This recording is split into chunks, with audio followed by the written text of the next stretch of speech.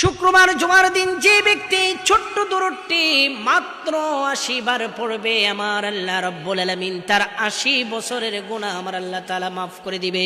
শুধু তাই না, তার আমলনামার মধ্যে ৮০ বছরের নেক আল্লাহ তাআলা দান করবে।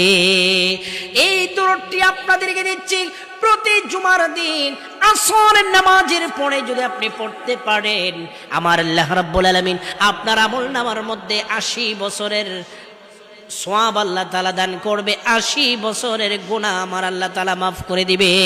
আল্লাহর হাবিব সাল্লাল্লাহু আলাইহি সাল্লাম বলেন, আমার কোন উম্মত যদি ৮০ বার এই দুরূদটি পড়তে পারে, তার ৮০ বছরের সওয়াব আল্লাহ তাআলা দান করবে, পিছনের ৮০ বছরের গুনাহকে আমার আল্লাহ তাআলা মাফ করে দিবে।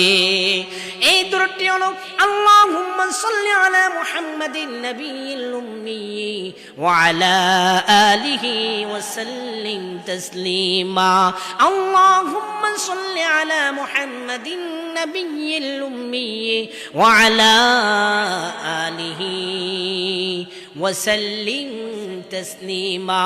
এই দুরূদটি পড়বেন, আমার আল্লাহ রাব্বুল আলামিন আপনার ৮০ বছরের গুনাহকে মাফ করে দিবে।